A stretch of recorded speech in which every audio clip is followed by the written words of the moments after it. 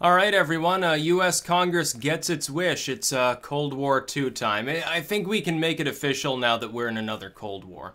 If we look at the proxy wars of the Middle East, certainly the posturing between the U.S. and China and Eastern Asia, specifically in the South China Sea, all we need now is a reduction of diplomatic relations with these other main poles of power in the world. We see Trump is trying to repair relationships with Moscow to some extent. And Congress doesn't like that because, of course, a lot of arms dealers and firms that they need a multipolar sort of destabilized world in order to make a heady profit. They don't want there to be sort of a peace between the eastern and western parts of the world. They want constant conflict, especially when it results in proxy wars. That's why they always told Obama he should bomb Assad's forces. Trump scales back in Syria and tries to go over and speak on somewhat friendly, less icy terms, not necessarily friendly terms, with Putin to try to hammer out various agreements. Congress says, oh no, we can't have that peace shit around here. We have to have endless warfare and diplomatic posturing. So they decide to slap sanctions on Russia. Now they rolled it up with Iran and North Korea, so that the same people who voted against additional Iranian sanctions before, that were against that said it was a terrible idea and it will plunge Iran back into zealotry and we're making inroads, we need to keep going, and that's like Obama's greatest diplomatic legacy. All of a sudden they vote for a bill that has Iranian sanctions in it. The same people that are like, well, North Korea is not really a threat, we need to back off of North Korea, which I disagree with, by the way, all of a sudden they vote for a bill with North Korean sanctions in it. They don't even seem to, half the time, realize what's actually in this sanctions bill because it goes beyond Russia. They're so fixated on Putin and how terrible and evil and god-awful the Russians are that they don't really care. They don't really care if they cause a nuclear war. They don't really care if they destabilize things, lead to more proxy conflicts, more diplomatic bullcrap so that we have to get another wave of détente and everything else under the sun.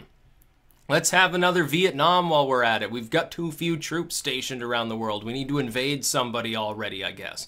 That's what Congress is functioning like.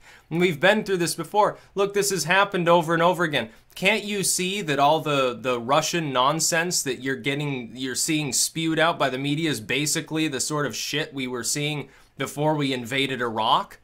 Can't you see that it's the same thing, that they're pulling the same trick on the American people? And this time, it's the left that believes it this time. They're not aiming it at the right. The right's like, you know, piss off, basically, unless there's some John McCain superfan, in which case they love every war. They don't care who we're at war with. Go invade the UK. Go invade Germany and Sweden at the same time. Let's go march into Mexico. They would love that as long as there's bloodshed, fire, and violence, pillaging and burning going on. More sane individuals fall into now two camps. People who say, well, you know, we should probably have at least decent diplomatic relations with the only nation capable of nuking us off the face of the earth, and people who are nuts.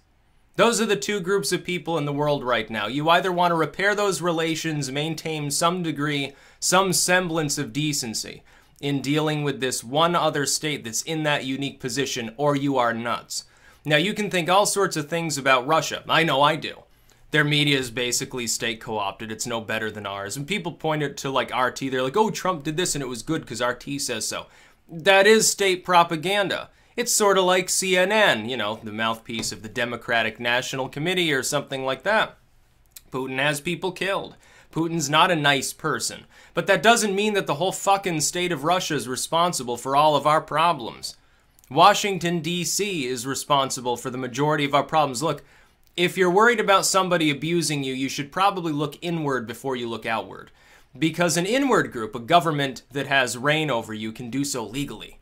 A foreign enemy, they have to march in, they have to bomb you, or they have to march in and start shooting you or something like that, or they have to spend apparently all of their time trying to rig an election, if tales from CNN and The Atlantic are true, which, by the way, they're not.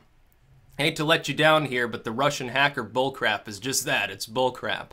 I'm going to listen to Obama before the election who said that you couldn't hack or rig a U.S. election, and I'm just going to take him at face value and assume that that's still true.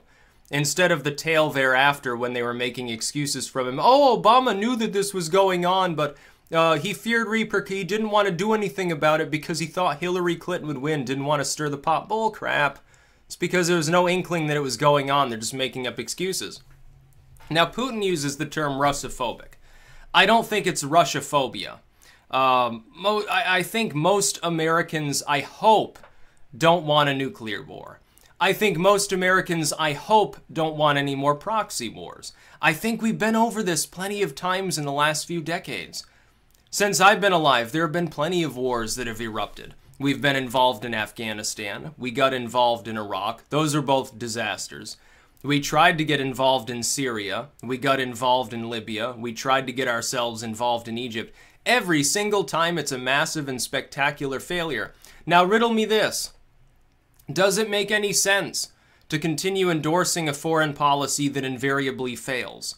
Or does it make more sense to try to do something different for a change that maybe actually works? Like, how about we not piss off multiple nations at the same time for no real apparent purpose, while throwing money at things and hoping that the situation improves? It's not improving. When Afghanistan begins to look like a success story of U.S. foreign policy, you know you've got big problems. So I'm sorry, I don't care if the Russians are involved in Syria. Let them be involved in Syria. The FSA never should have been funded and armed. I bet John McCain and all the people associated with him cooked up this sanctions bill as punishment, really to try to shame Trump more than to do anything about Russia. They did this to slap Trump in the face for refusing to let them keep arming terrorists in Syria. So I'm going to stand with Trump on this one. Doesn't mean I can stand with Putin. Putin has nothing to do with U.S. policy, but we should largely be focusing on things where we can make a difference that's positive in the world instead of pissing off the only other main nuclear power in hopes of getting cratered. John McCain, now that he's like, okay, I've got cancer, I'm going to die anyway. I want to die in a nuclear blast. I want to take the whole world down with me. That seems to be his line of thinking. He's just so war hungry, so bloodthirsty, so absolutely beyond any form of physical or spiritual redemption that he just wants to burn the entire world on his way out. And he shouldn't even, by the way, why is he even voting for anything? Why haven't they declared him incapacitated? At any time he could suddenly drop dead. At any time he could suddenly get totally fucked up mentally because he's got tumors in his head. Why is he even there?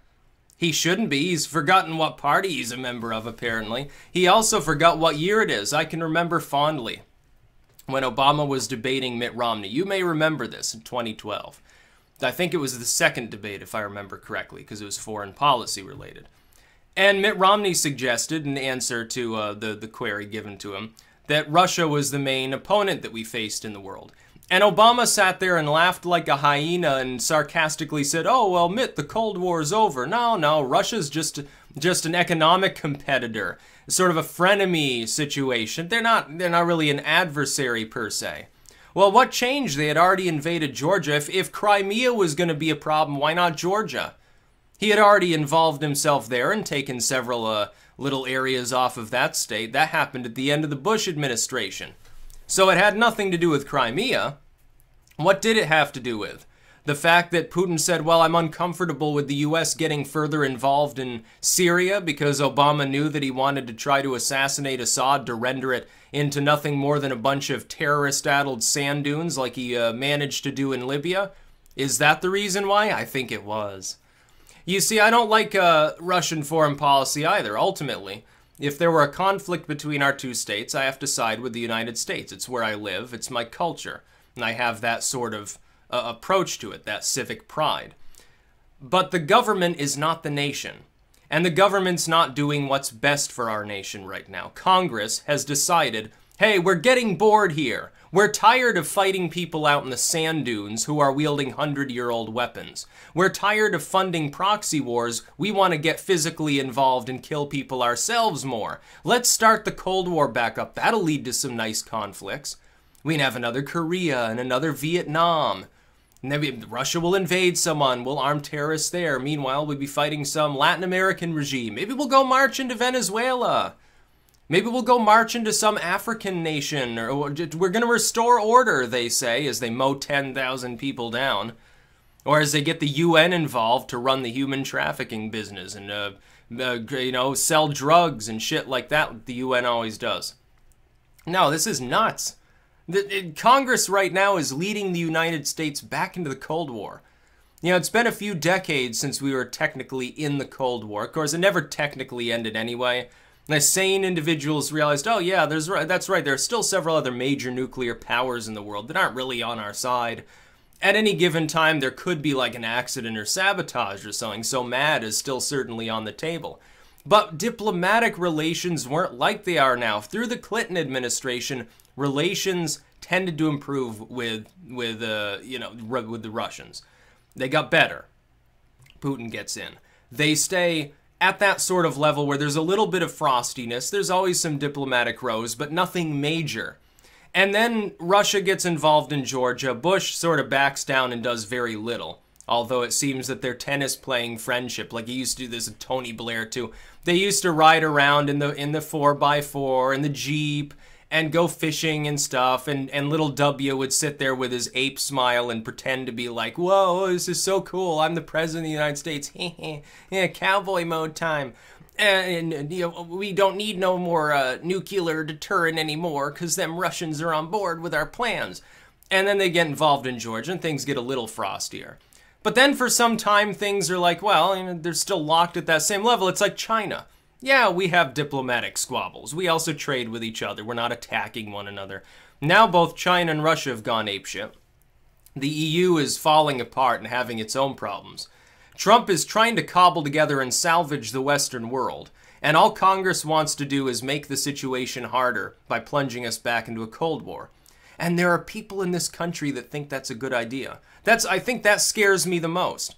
It doesn't scare me that some random warmonger in Congress thinks it's a good idea to have a nuclear standoff, because they've always thought like that. They've thought like that since the fucking 1950s. So that's not a big, it doesn't surprise me. What surprises me is that people, including people that were like alive at the height of the Cold War in the 1980s, they know what paranoia is like. They know how close we came to destruction. Some of these people, they remember maybe the Cuban Missile Crisis. They're in support of this shit. They think it's a good idea. Oh, Russia went too far this time because DC claims, without any evidence whatsoever, the Russians interfered in our election. And other reasons. What reasons? That justifies this sort of response. Oh, let's piss off Russia again. Let's send the relationship we have with them back to the 1980s. Now, I love the 80s a lot.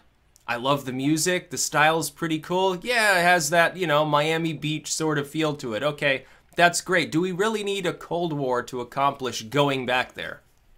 Do we really need the risk of imminent annihilation of all mankind in order to accomplish that? Hell, the Russians have been upgrading their nuclear deterrent anyway. We're dragging our heels on it. For decades, we did very little. Trump says that he wants to upgrade that. Here's the real stupidity. The same Congress that wants more sanctions on Russia, that wants to plunge us into another deep freeze Cold War situation, balked at the idea of spending the money to improve our nuclear deterrent. What the fuck are you talking about? You're that crazy? You want to get into a Cold War and be at a nuclear disadvantage with our main adversary? That makes a lot of sense. Let's field a bunch of 1960s air missiles. They've got the next gen of anti-missile technology. Although they've got fewer units that can work. And, they're still a little spotty. They've got tanks that are arguably better than ours, albeit only a few of them right now. They're beginning to modernize. Now, their manpower and their economy are backwards compared to ours. And we still have, 4 or 5 to 1 air superiority. We've got all the naval projection powers. There are areas, though, in which despite our spending, we're far behind Russia. And we're trying to piss them off. That's suicide.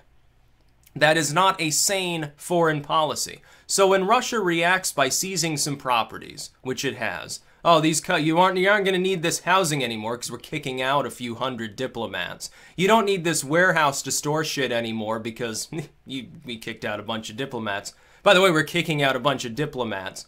And we're going to shut off the direct contact line you did have when you were running planes over Syria. And we're pissed off at you over the FSA. And we're pissed off at you over, Western Ukrainian tensions and stuff. When all of this happens, Congress thinks that it's wonderful. And then they gaze over those wondrous nuclear shining missiles that we have that are badly aged, which Trump wants to replace with modern technology.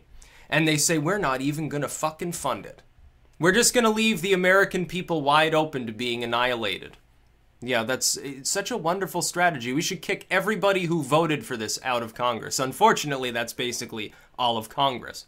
There were a very small number of people in the House and Senate that voted against it.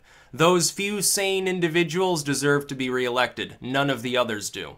We should immediately embark upon an anti-incumbent movement to primary and remove every single one of these people from their positions. Because it's obvious at this point that the government of the United States is no longer functional. Our government is no longer functioning. Congress is incapable of function. The only thing that is capable is the judiciary at this point. Trump strangulates parts of Congress. Congress certainly is trying to strangulate his foreign policy that they shouldn't even be getting involved in at this point. He's trying his best to repair this relationship, and all they say is, well, let's throw some shit everywhere. We'll throw it at Trump, we'll throw it at Putin, we'll throw it at everybody else under the sun. It's, do you not see how this is nuts? How it's fucking crazy? I do. I think we've just moved to, a few seconds closer to midnight, in my opinion. Of course, don't expect the people updating the doomsday clock to say anything about it. They already moved it ahead just because Trump got elected.